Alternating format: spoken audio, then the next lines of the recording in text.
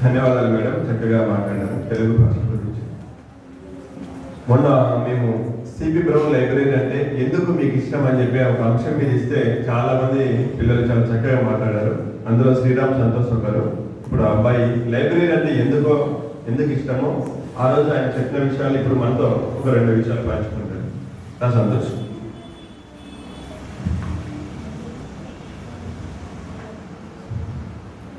అందరికీ నమస్కారం. నా పేరు కె శ్రీరామ సంతోష్. నేను శ్రీరామకి CGR English medium high school 9వ తరగతి చదువుతున్నాను. కారే రాజు రాజ్యము కలగవే గర్వాన్నతం ముందరే వారేరి సిరి మూట కట్టుకుని భోంచాలరే భూమిపై పేరైనం గలదే ధరన్ సివి ప్రముఖులు ప్రీతిని యశంకామలై ఈరే కోర్కులు వాళ్ళను మరచిరే ఇక్కాలమున్ భార్గవా. బలిచక్రవర్తి దగ్గరికి వామనమూర్తి వచ్చినప్పుడు బలిచక్రవర్తి 3 అడుగులు దానం ఇవ్వబోతుండగా శుక్రాచార్యుల వారు మారిస్తారు. అక్కడ వచ్చిన సాక్షాత్తు విష్ణుమూర్తి అయ్యా దానం ఇవ్వద్దని చెప్తాడు. అప్పుడు బలిచక్రవర్తి శుక్రాచార్యులతో అన్న మాటలది. పోతలు రాసిన భాగవతపు అమృత దానిలో ఒక బిందువు. దీని సరిగ్గా మనం ఇప్పుడు మన ప్రస్తుత కాలానికి అన్వయించుకుంటే ఎందరో రాజులు, చక్రవర్తులు, ధనాక్రాంతలు, దొరలు రాలేదు, మన దేశ సంపదను దోచుకోలేదు. కానీ ఒక్క దొరొచ్చాడు. తెలుగు అనే అమృత వాహినికి ఏతామెత్తి పోసి సాహిత్య సిరులు పండించిన దొర. కనుమరుగవుతున్న మన భాషా సంపదను మనకు దోచిపెట్టిన తెల్ల దొర సిపి బ్రౌన్. 19వ శతాబ్దపు ప్రారంభ దినాల్లో అప్పటి బ్రిటిష్ నిరంకుశ పాలనలో మన భాషా సంపద, మన సంస్కృతి, మన సాంప్రదాయము ఇవన్నీ కొడిగట్టి దీపంలో మిలుగుమంటున్న ఆ రోజుల్లో ఇదే కడప గడ్డపై అడుగుపెట్టాడు సిపి బ్రౌన్. మన తెలుగు భాషను మాతృభాష కన్నా నిన్నగా భావించి ఆనాడు సిపి బ్రౌన్ గారు మన తెలుగు చేసిన సేవాపరమే ఈరోజు మనం చెప్పుకుంటున్నా, ఎంతో గర్వంగా చెప్పుకుంటున్నాం. ఈ వేరు పద్యాలు, ఆంధ్ర గిరిమాల చందము, తాతాచారికతలు, ఇలా ఎన్నెన్నో.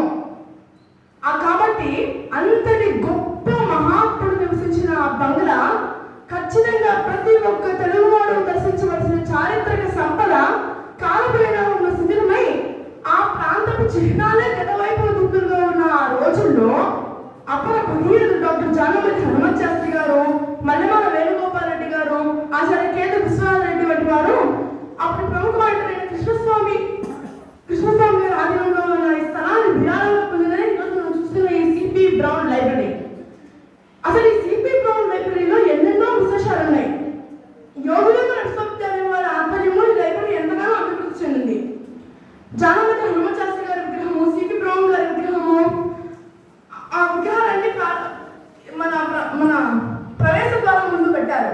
ఆ ముగ్గురు మహానుభావులు ఒకసారి దర్శించుకొని లోపలికి వెళ్తే రకరకాల బుక్స్, ఆ జానకి తగ్గట్టు ఆ అరడలో అంతా సర్దిపెట్టిన బుక్స్, ఆ హాల్ బారి లోపలికి వెళ్తే రకరకాల దిన, వార, మాస పత్రికలు, విద్యార్థులకు, పరిశోధకులకు ఎంతగానో ఉపయోగపడే పుస్తకాలు, అన్నింటినీ మించి సహనంతో, చిరునవ్వుతో అందరికీ సహకరించే లైబ్రరీయన్ గారు, ఇతర సిబ్బంది, ఇవన్నీ ప్రశాంత వాతావరణంలో నిశ్శబ్ద విప్లవాన్ని రూపరచన చేస్తున్నట్టుగా గంభీరంగా ఉంటుంది ఈ 2 అంతస్తుల భవన్ సిపి బ్రౌన్ లైబ్రరీ.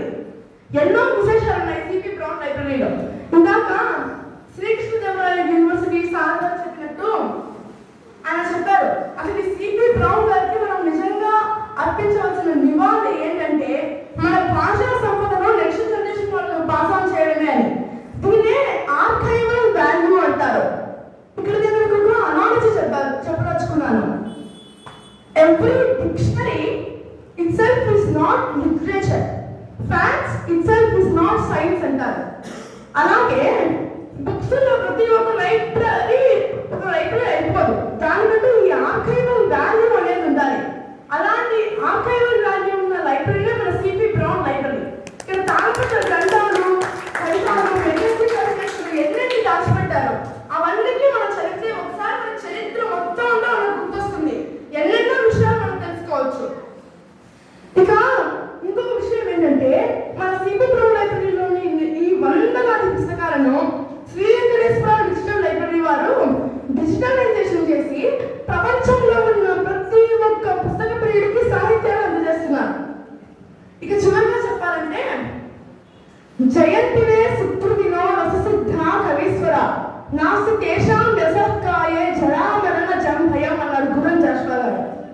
అంటే రససిద్ధులైన కవులకు జననము మరణము అంటూ ఉండవు. మన మన మనసులో వారు ఎప్పుడూ ఉండిపోతారు. అలాంటి రససిద్ధులే మన సిపి బ్రౌన్ గారు. పాశ్చాత్య